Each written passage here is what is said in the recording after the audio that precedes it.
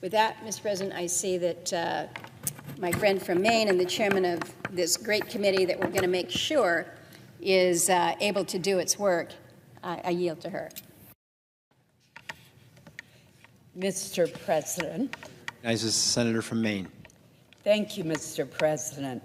I want to thank the senator from Alaska, who is an extraordinarily talented leader on the Appropriations Committee, for her comments. Mr. President, I rise to urge passage of this funding measure to prevent an unnecessary, harmful, and costly government shutdown at midnight tonight. Mr. President, government shutdowns are inherently a failure to govern effectively and have negative consequences all across government. They inevitably require certain government employees, such as Border Patrol agents, members of our military and Coast Guard, TSA screeners, and air traffic controllers, to report to work with no certainty at all on when they will receive their next paycheck. That's just unfair. Shutdowns also put critical investments in our national defense on hold. Training exercises would be limited, which could hurt our nation's readiness.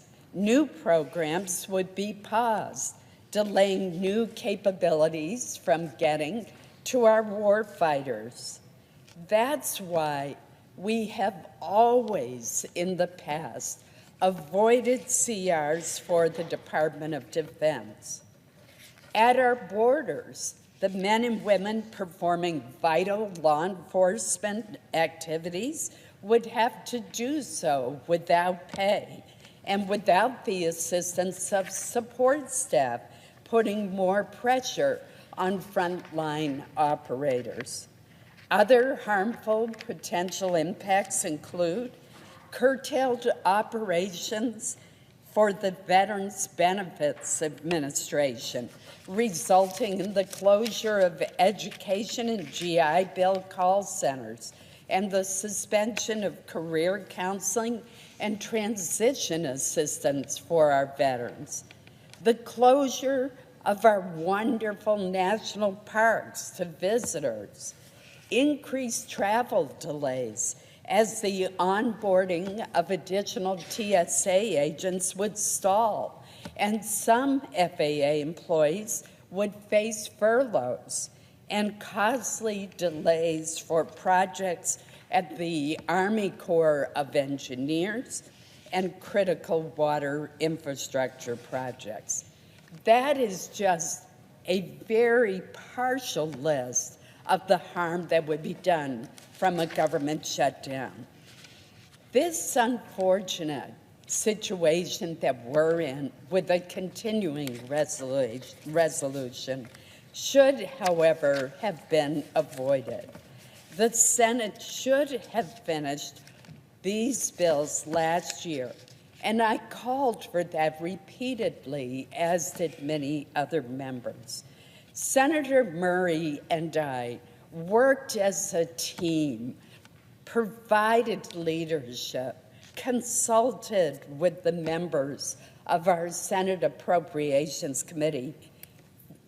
Each of us worked so hard to report 11 of the 12 bills with overwhelming bipartisan support, including 6 which came out of our committee unanimously.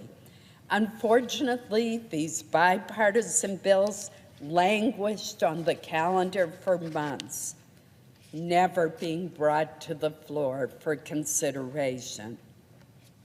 This decision by the then Senate Majority Leader denied senators the opportunity to debate and amend our reported bills, and denied the House and the Senate the chance to go to conference and work out the differences among the bills.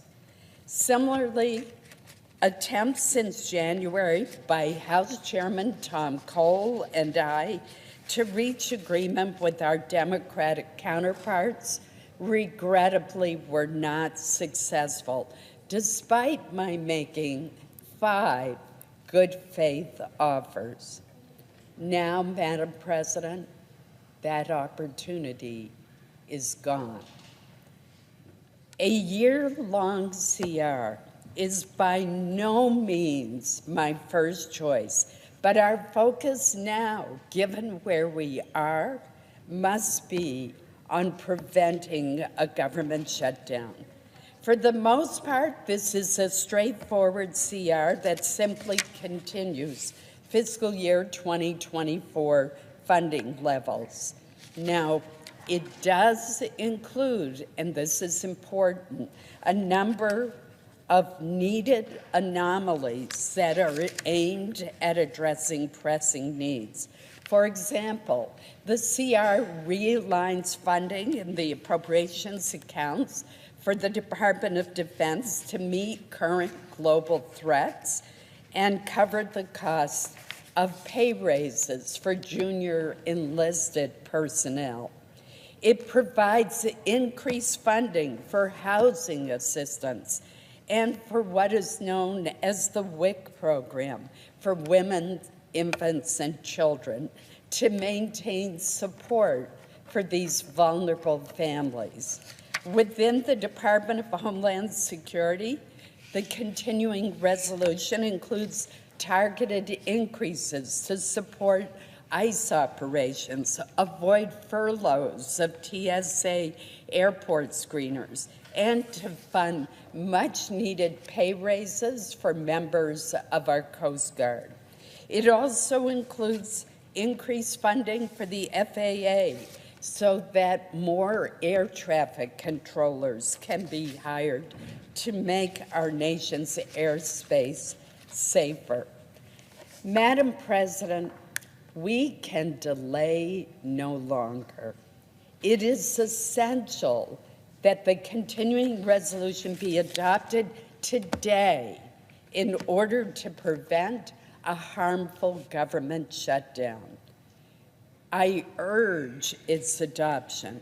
And Madam President, let each and every one of us here commit to working together on the FY 2026 budget so that we enact appropriations bills prior to the start of the new fiscal year.